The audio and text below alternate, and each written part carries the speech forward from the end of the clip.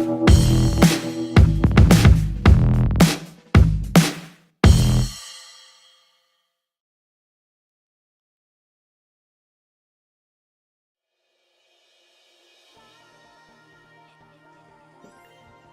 everybody. Car Dreamer here, your D-class villain. Ha! And I got a apprentice here with me today who doesn't know yet that he's my apprentice. If you'd like to introduce yourself. Well, yeah, absolutely. This is Dace, everyone. I'm sure you all know me from Stonebeak Productions. I am so pumped to be here today and to be dipping into some sweet conversation with my good friend Card Dreamer. So, yeah, how do we want to start this? So, yeah, like he said, we're going to do a discussion, and today's discussion is going to be about role-playing games and whether or not today's gaming scene or community or markets allows for the same type of role-playing experience as it did back in the good old days of, say, the original Nintendo and Super Nintendo. Mm-hmm. Yeah, or even like other systems. Like for me specifically, like obviously, like when I was gaming, like obviously I grew up with original Nintendo and all that stuff, and I didn't play too much in terms of RPGs at that point. But when PlayStation came out, that was when I was like wholeheartedly an RPG player. Like I barely touched anything else. So for me, like I would like to kind of include that realm as well. Hey, any system's fine. I'm just going old school to make a point. Yeah, totally, absolutely, yeah. Yeah, go ahead. No, go ahead. You're the guest. So one thing that came to mind not too long ago is just how, like, especially with games like on the Switch, for instance, Octopath Traveler coming out, things that, like, when it was first mentioned, like, there was just so much excitement, and it's just like, oh man, an opportunity to cash in on, like, an old-style RPG, and just, like, blast through this, like, 60-hour-long adventure, like, whatever amount of time you want to put into it. And then, when the game comes out, I find, and, like, not just that game, but, like, other Switch titles, of course. Oh, no, like one Switch title. Let's be honest, Dead Cells kind of killed it. Kind of killed momentum everywhere. Yeah, definitely. But, like, it's just amazing because, like, playing Octopath or other RPGs like Skyrim even, like, I've put a lot of hours into stuff like that, but just, it gets to a point where, like, there's so little drive to continue, and it's really baffling because in the past, when I would be getting, like, a new game, I would sink every moment of my gaming time into that specific game.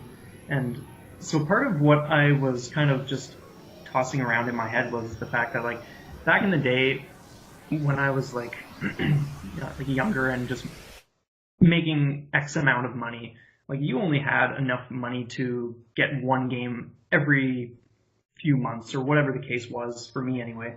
And so that makes a huge difference because, like, that was your focus. In gaming, like, you had one new game, like, you didn't want to do anything else but everything you could possibly do in that game.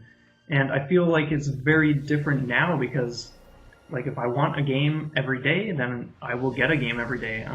It's so different. Would you say that you've had a similar experience or that you've noticed this yourself, though? Because I don't just want to be rambling on, like, for 20 minutes. No, I have, and actually, based on what we're saying and thinking, I feel like maybe this conversation or discussion is not about RPGs specifically, but about the market, the saturation of the market in general. That is a very valid point, to be honest. I think, yeah. No, I was just saying, like, RPGs, I think we singled out initially coming up with the topic was because they are the ones that, per se, require the most investment of time. Yeah, there's no doubt. Like, I mean, you got games that either you do the repetition of, like, say, Diablo 3, or you sink the mega hardcore hours in something like Xenoblade Chronicles 2, which 120 hours in, and you cannot even have finished the story yet. Yeah. And Yeah, yet, no, I totally agree. so, ladies and gentlemen, we have just changed the title of this discussion. Yeah. 5 minutes into you watching it, so clickbait. There you go.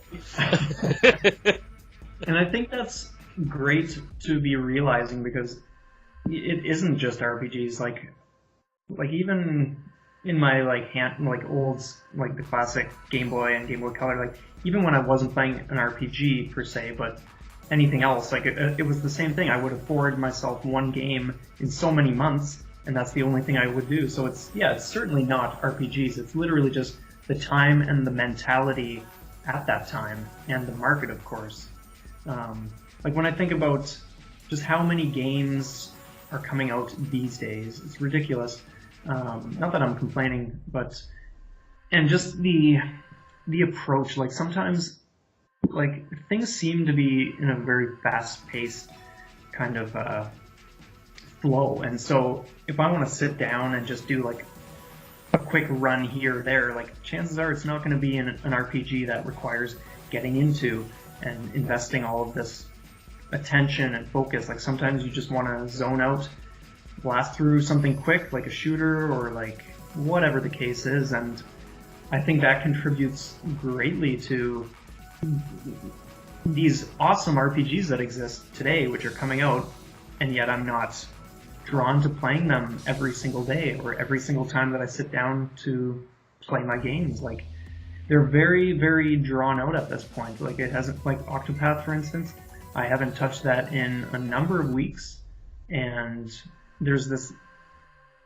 lingering sense of like I know I'm going to play it, I know I'm going to beat the game, but there's no draw to really, like there's no pressure that I'm imposing on myself to get at it and finish it as soon as possible. It's kind of like a back burner thing. Like when I get to it, when I feel like having that kind of experience, I will chip away at whatever little piece I'm going to do.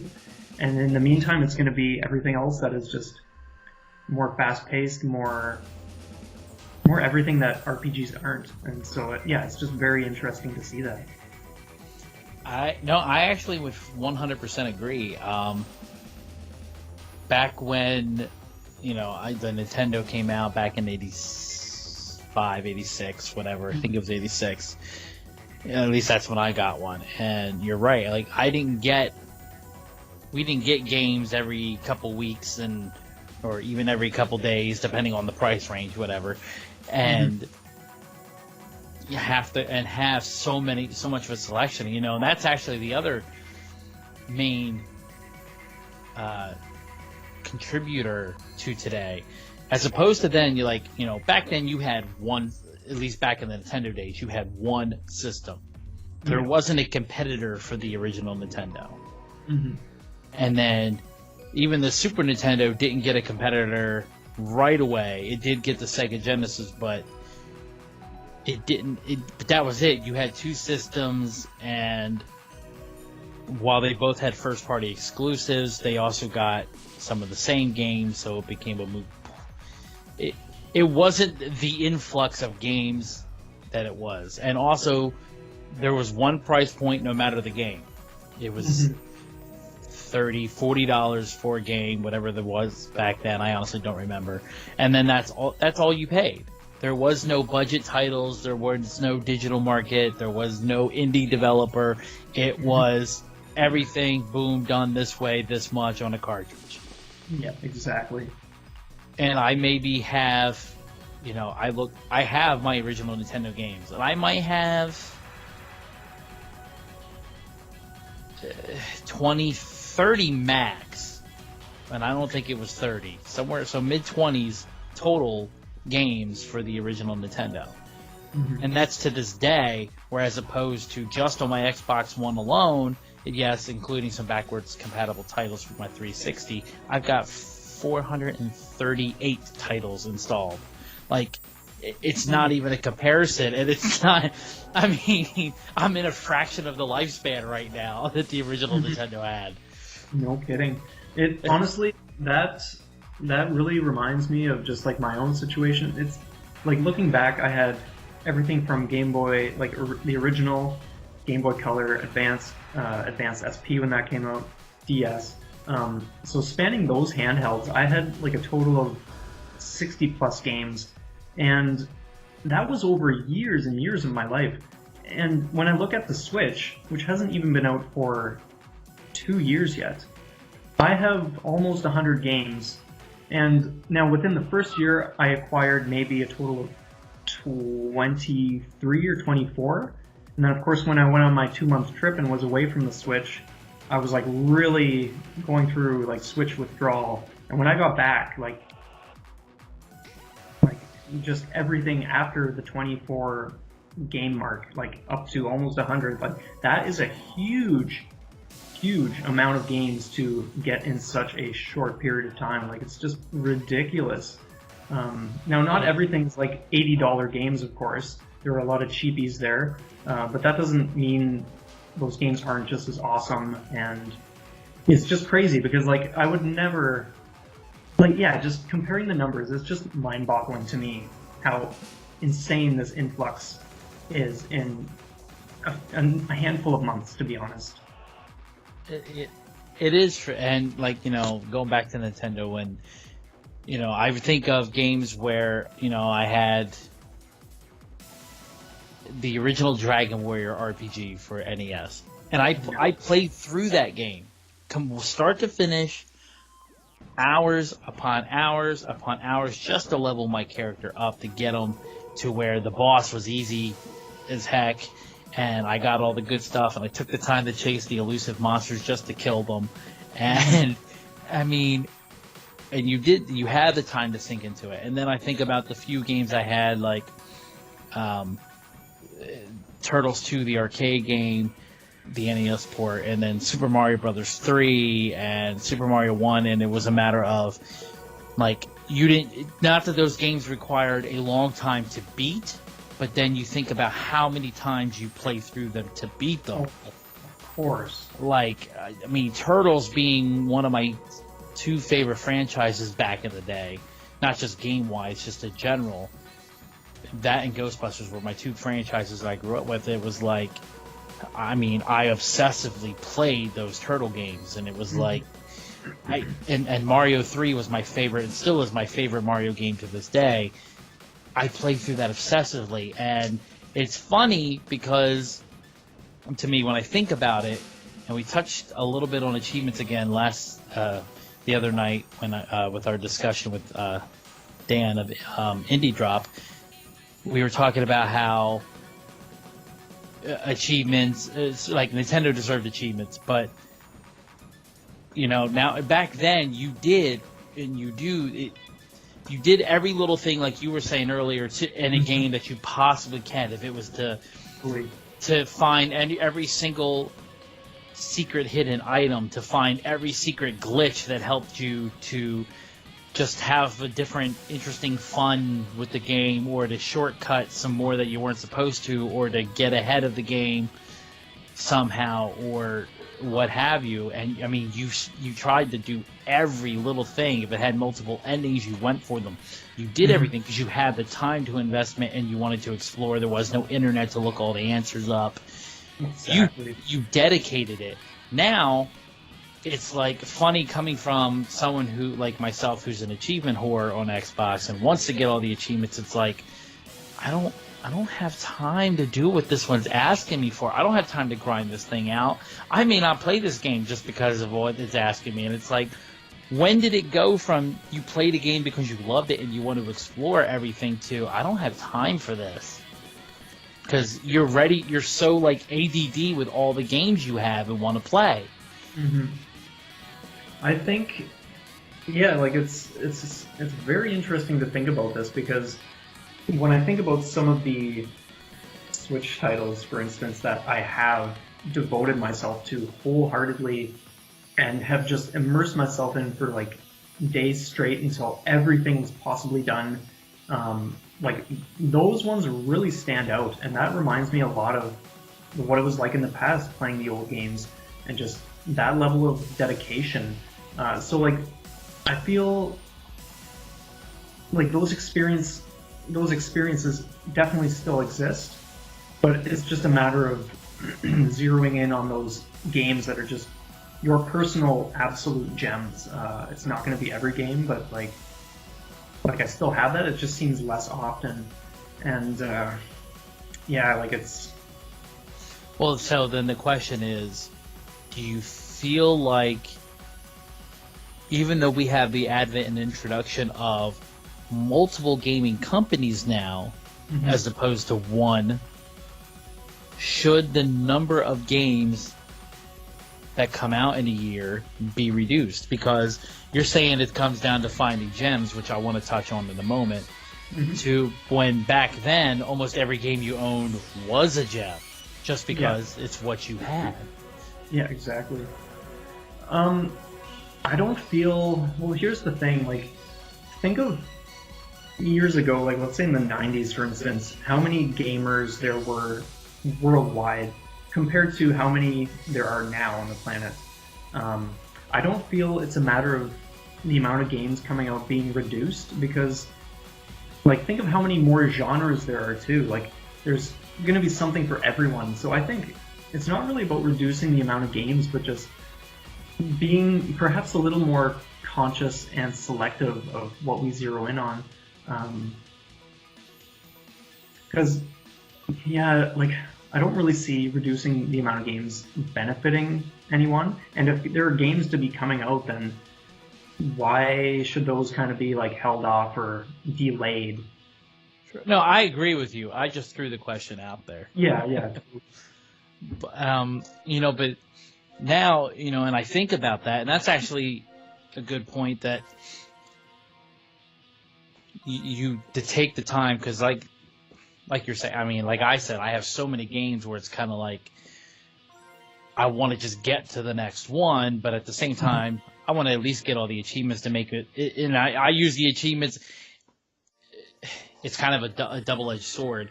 They don't always necessarily mark a true completion of a game, but to someone with so many, I sometimes use it as my mark. Like, okay, I've done enough. I got all the achievements. Let me move on. Yeah. But that's totally fair.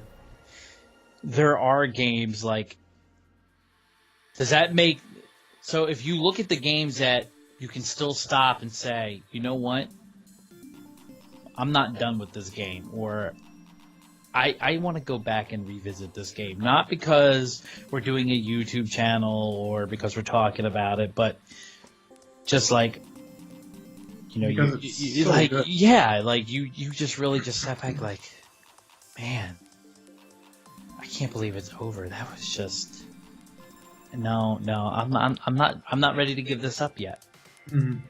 And then go back. Like, are those games truly? Does that mean those games, those particular ones that come along, are even better than back in the NES days because they warrant that type of time? Are you more appreciative? Is it a combination of factors? I'd say it's a combination of factors. Like, when it comes to anything, and like I'll use the example of games, it's very seldom that I will think one thing is better than the other. Like, because it's just, there are way too many elements to any one game to really truly compare or just say like it's better than this. Like, you can prefer, like I feel anyway, I can like a game more than one game, but like to say it's better, well, like maybe the developers of one game weren't trying to do something that another team was doing. So it's like, if they weren't, let's say, competing or trying to make a better game than like intentionally making a better game, then like, yeah, like I kind of don't really view things that way. I just say like, okay, this game is awesome, I love it. This game is also awesome and I love it, and it's usually for different reasons. So I just leave like better or not better kind of out of the picture. Now, in terms of like relating that to what games were like back then compared to like the ones now, it's the same thing. Like, I don't view any of the games that I play today as better than what I would have played in the past. They're all just so good, and they all have their unique mark that they've left on me as like a gamer. And it's just amazing, like the fond memories and just looking back on how a certain game rubbed me at one point, or like how it inspired me or got me excited for delving into other titles later on, or whatever the case was. So I think it just all pools into this mass appreciation for these things called video games that exist, and we play them and we enjoy them and we can share them now, and it's just incredible. So you couldn't have said it better myself, actually. But do you feel, with the saturation of the market, that now that it's actually easier, and regrettably so, that there really are gems that fly so low under the radar or get even so unrecognized that, unfortunately, they, as a whole, they are considered critical failures and they never get revisited or what have you? And it's, do you feel there are any games like that now, that it becomes easier to overlook something that otherwise is really such a great game, but it's like, how can you possibly notice everything? Yeah. Oh, I definitely understand where you're going with that. To be honest, I think that really comes down to each person and how responsible they want to be in terms of how in depth they're going to research or keep tabs on games. Like if you're just focusing on, let's say, AAA titles, and you're not seeing awesome gems, and you're just like, where are all these great games? Well, you're never going to find them. You're just looking in one place. You're not doing the research. You're not seeking out the treasure trove of awesome titles that exist. Now, if you are like me, who goes on the Nintendo eShop at least once a day just to scour everything, and sometimes even going over every release ever, every once in a while I still do that just in case something piques my interest. Like, that's me doing the groundwork. That's me putting in like serious effort just to scour as much as I can, because like I know there are awesome games in the past like that I have initially seen, and I just kind of shrugged it off as like, oh well, I'm doing this right now, so I'm not even going to give that a second thought. But later, coming back and checking it out, giving it a little more time and attention, I have been blown away in ways.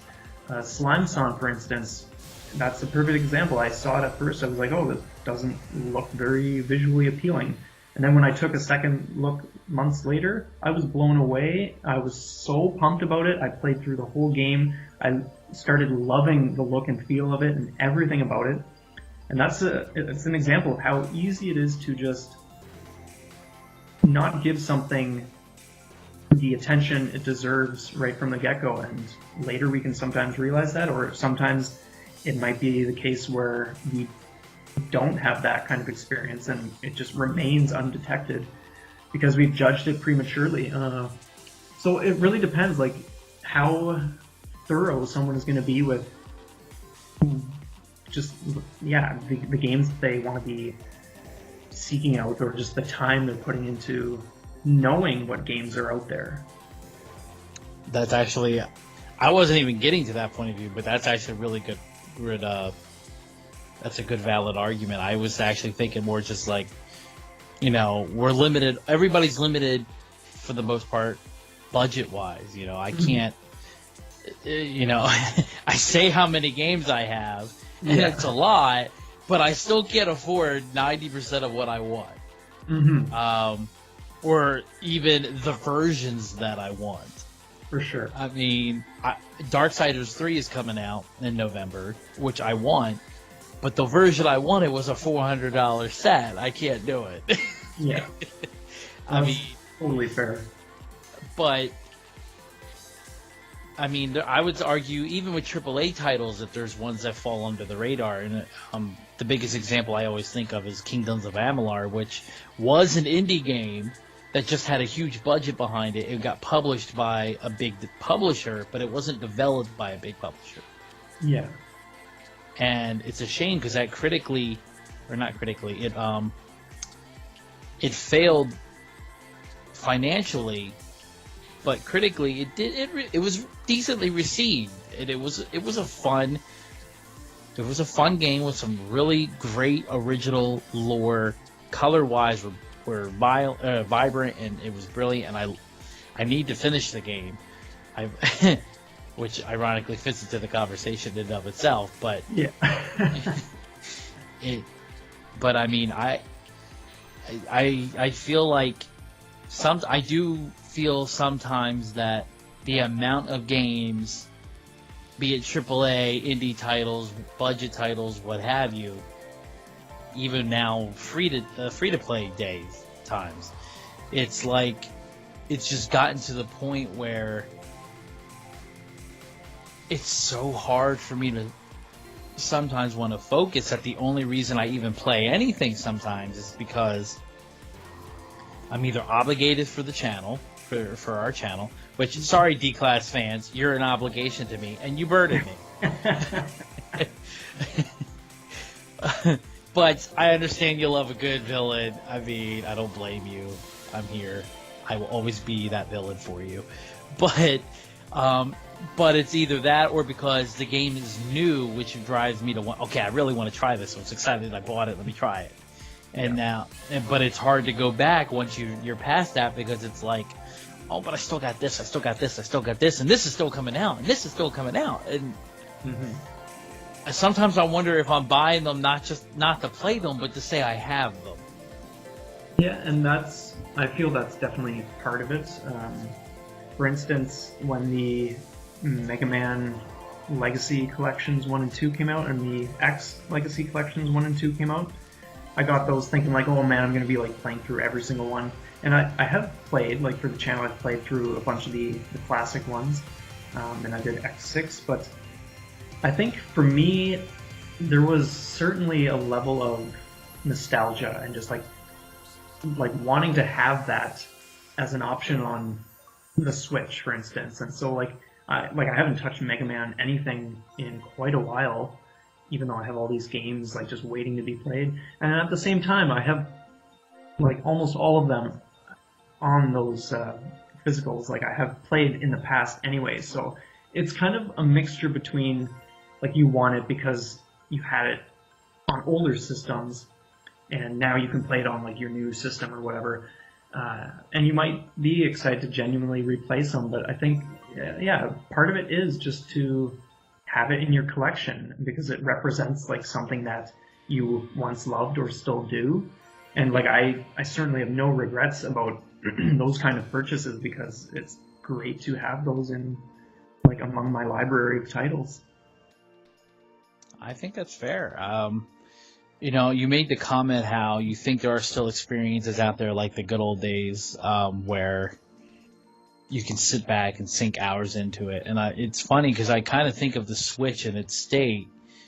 I know there's the whole debacle with their online.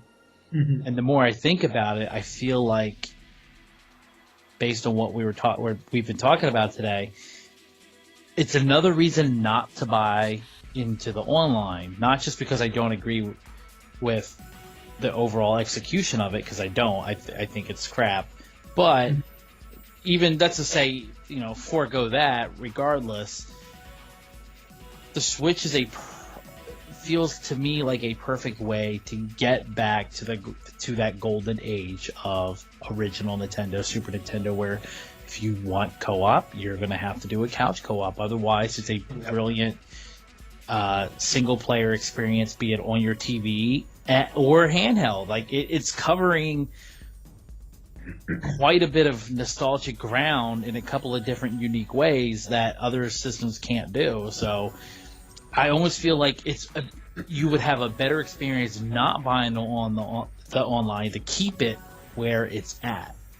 Yeah, honestly, you hit the nail right on the head and that's the thing, like I've always been, like other than the amazing years I had with PlayStation RPGs, I've always been so in love with the Nintendo handhelds. And so I went years without playing games, and then when the Switch came out and I got that, it was like, holy smokes, I feel reborn. I feel so revitalized. I feel like this reawakening and this immense ocean of excitement for this handheld. And all these games started coming out that were just amazing. And to me, like, a huge part of that is the nostalgia. And I love it. Like, to this day, I love the Switch. And like, on the topic of the online, I have no interest in pursuing that whatsoever, because that's not what I do. It's not who I am as a gamer. Like, I could care less about any of that. Like, I'm in it for the personal experience, like just burrowing yourself into the couch with like handheld mode, just sinking yourself into these rich, vibrant adventures and just reliving what it was like in the past when I would get a new Game Boy Color game, and just that excitement and like plunging into a brand new adventure and a new experience. Like, I think that is totally achievable with the Switch, and I don't feel that way about other systems. Like, I don't play anything else, and I'm sure, like, I know there are a lot of awesome games on other systems, but the fact of the matter is the Switch is what I'm into, and it just covers, like you said, it covers that ground of nostalgia, and that is a huge thing for me. I totally agree, and I think we've kind of covered all the bases with the topic, and it's actually, I think it's good. But I think we should close out the discussion Okay. on a high note, kind of like a mini list. So I know I can do this. Going back 10 years, and it's only going to be a handful of games. I know you're more recent as to getting back into gaming. Yeah. So I don't know how far back you can go, but let's say with your revitalization into gaming, getting back as far as that goes. Yeah. Can you name your top 3 games that you, with the market the way it is, with all the games if you've gotten? Let's just, for the sake of ease, keep it limited to the Switch, because that's what revitalized you, to be fair. And you said you've already got like close to 100 games. Yeah. So out of those 100 games that you've bought, can you name the top 3 that you have beaten, and you have actually gone back more than once because you love the experience so much? Like, you've beaten it, you've done your recording for it if you felt like the need, but it doesn't matter. You're going back just for the love and the adventure and the story. Absolutely.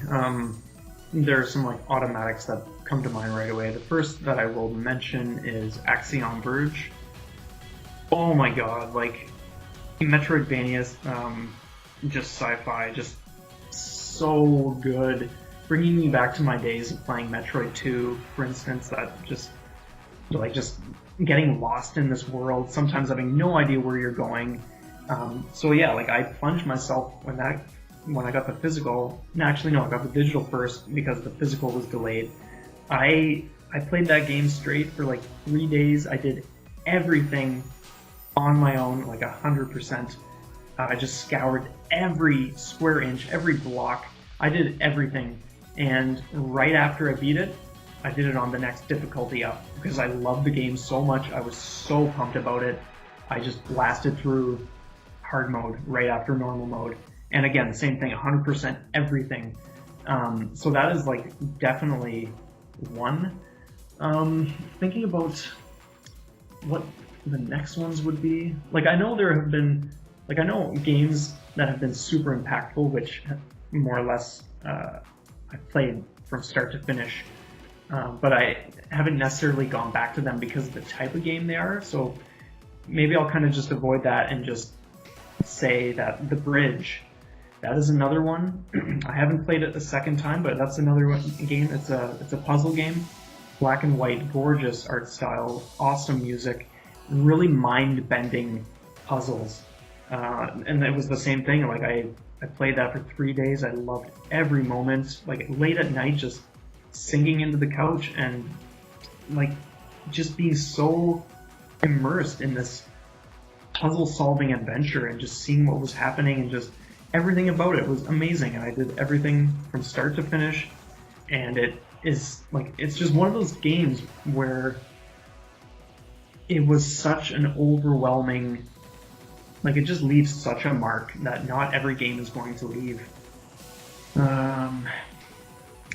As for a third one, Because yeah, there are so many, but I think If you don't Stardew. have a third, then it just testifies to the power of the first two.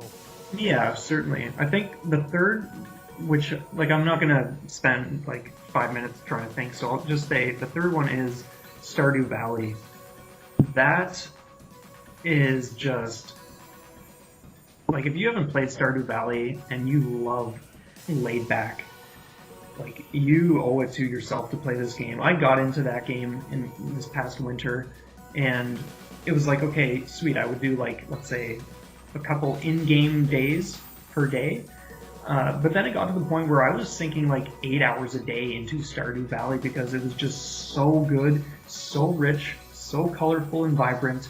Everything about it was so incredibly beautiful. Everything from like the look, the feel, the things you do, the exploration, the music, just it has left like yeah, like all these other ones that I mentioned, it has left such a mark, and I just cherish these titles that mean that to me because, like I said, not every game is gonna just impact you like that. But these titles that I'm mentioning and a handful of others, there is just something about them, and there is just such a depth that you can explore, and it's just been amazing. Like, yeah, like it's ridiculous. It's amazing. Okay. What about So, you though? Oh yeah, go ahead. no, I was just gonna say. So, I can easily do a top three, but I have honorable mentions that need to be mentioned because they kind of correlate with the main three. Mhm. So, number one, hands down, if I go back in the last 10 years, um, unfortunately, I can't. It's interesting when I think about it because none of them are this generation. Okay. Not to say that there are bad games this generation. It's not that. There are some amazing games this generation. But because of this generation, it's also given me the half of the point of this generation, ironically, is nostalgia. So, Mhm. like, half the focus is going backwards, so to speak. Yeah. But I would say number one, hands down, is Mass Effect 2. I loved the first one, and then the second one came along. So for just a recap for those three people out there who don't know what Mass Effect is, it is a third-person shooter who's from the day one, your choice is carried over from the first game. You get it's a shooter RPG. The first one more so, and then it got a little more streamlined. But your choices and the decisions you make not only impact the outcome of the game and the shape of the galaxy around you, all those choices get brought over to the next game, which automatically is going to shape and change the galaxy around you from the start, and then you have all new choices to make with that storyline, and then all the choices from the first two games got brought over to the third game. So it was a huge undertaking by BioWare, and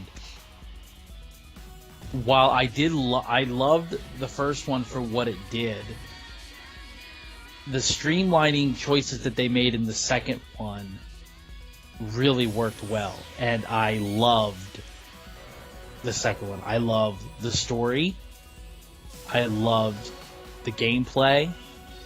I loved the fact it's kind of like the Empire Strikes Back of the series to me. That might be some high praise, and I'm not saying it's as good as the Empire Strikes Back, but I mean it's kind of like that tone where it's not really the true victory. Even though you have a victory, you know it's kind of, it almost doesn't matter because you know that the impending threat is the next game.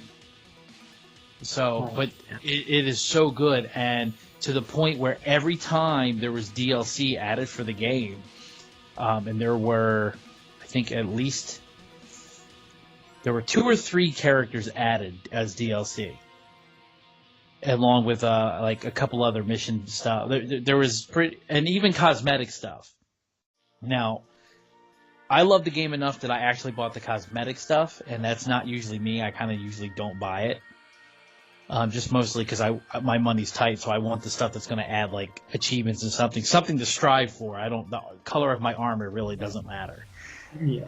But I love the game so much I even bought that. But every time there was a new character, every time there was a couple new missions, I didn't just boot it up to play the new stuff, the new character. I replayed the entire game with those characters, doing it in the flow of the story, when I wanted or when I got to or when I felt convenient, to see the overall impact. If I start fresh, how big of an influence do they have on the overall story? Not just this 5 minutes I'm booting it up again. Mm-hmm. So Mass Effect 2 is my favorite because I just love the characters, I love the stories, I loved exploring different aspects of their personalities, and like I said, every time there was DLC, I had to redo the whole game because that's the only way to really get the full enjoyment out of the new characters they added, was to see really how they fit into the larger world. You didn't get that impact of waiting till the end of the story and then going back and doing those little parts.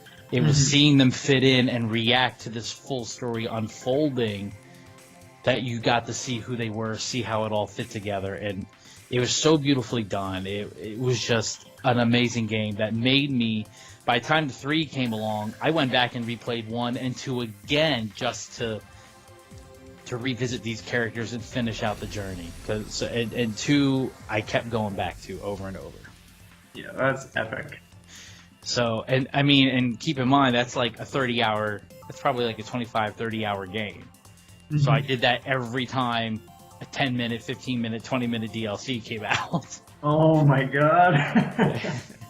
And it didn't bother me. It did not bother me. Yeah. And ironically, the second one on my list is Dragon Age, the first one, by the same company, same style game, only it's medieval in nature. Mm-hmm. Same mechanics, basically, as far as it's third person. Sure, it's not a shooter.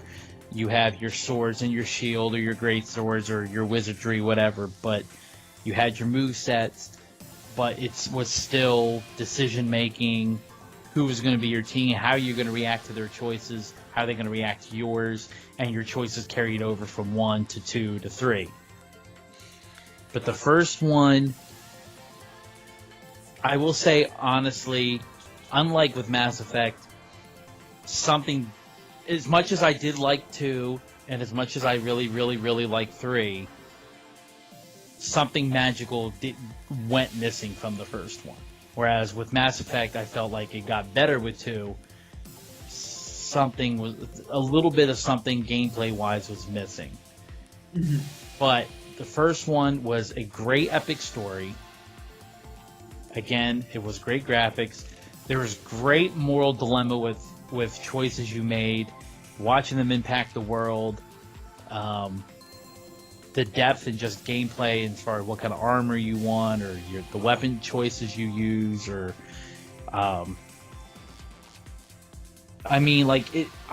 just exploring characters, how you can have romances in the game, and you can do that in Mass Effect, but like it got so tough. I did multiple playthroughs because I liked both female options for different reasons.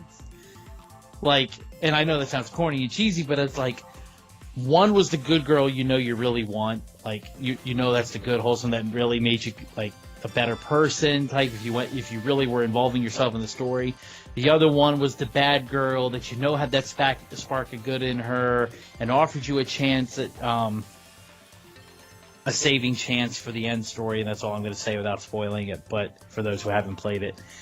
But I mean, like, it all has an impact on the next game, and you just, every time, again, a DLC came out that added a new character or added a new aspect to the story, I played the whole game again. The whole game. And again, it's another 25, 30-hour game, because I kept falling in love with it every time to see how things got added. There were times when they added a new character, you got to revisit old things that happened in the game, and you got to see or feel like the memories of how your character was feeling seeing this again, and I loved it. It was beautiful. I played it again and again. That's so cool. And I'd say my third in the list is going to be, and I know I'm going to have to give you a hard time because I know what you're going to say, but is Ghostbusters the video game from the 360 PS3, where they brought back all the movie actors to do the voice work. It was just, I replayed that game probably 3 or 4 times. I beat it the normal story mode, and it doesn't take long. It's like a 6-hour story mode, and then I went back and did it on hard mode, and I beat it, and then I still went back and played it again. In fact, I loved it so much that I got the Wii version just so I can get some of the different aspects of the story. You got to see different points of view where certain scenes are taking place. Interesting. So you get the fuller story experiencing it on the 2 different versions. But I loved the humor. I loved the gameplay. It was more or less a third-person shooter. Hearing the original cast come back and redo their lines. The story was actually really well done. It was a beautiful-looking game. It was just fun for nostalgic reasons. It was fun for gameplay reasons. It wasn't so long as to really bog you down. Like I said, 6 hours. So if you really had a free day off, you can get it done in a day. It was just a fun game. The multiplayer on there, while it was disappointing it wasn't couch co-op, there was online play, which was fun. I sank time with my brothers, with little CD, and we played on there quite a bit of time. It was just an all-around fun experience. Nice. An honorable mention has to go to Halo 3. I mean, Halo 3 was a good story, but the multiplayer just kept bringing you back for more and more and more. And you didn't know if you were doing it for masochist reasons, like you just wanted to be punished. Yeah. Or you were doing it to punish others, because most of our time was done doing custom maps, and there really was an extensive way to do some map working in that game. That Halo 3 was the epitome of great single player and multiplayer and custom private matches all together, because you really could design your map to do whatever your heart's desired. It was an incredible experience, so that gets an honorable mention. But there's games today, not that they're not good, but I can't say as I've met my games today to do that. Mm-hmm. Yet. Yeah, no, I totally feel that for sure. Like, there are some awesome games, but not all of them are just gonna strike that specific chord in me. Right.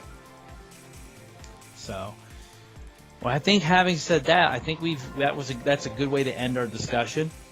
Yeah, definitely. I appreciate your time. I appreciate you being with us. Sorry Ash couldn't be here, but Ash, that's what you get for not stepping up as your D-Class hero. My channel. Yeah. Until next time, I'm Card Dreamer. I'm Dace. And we will see you next time. Stay evil. Yeah, have a good one, guys. Thank you.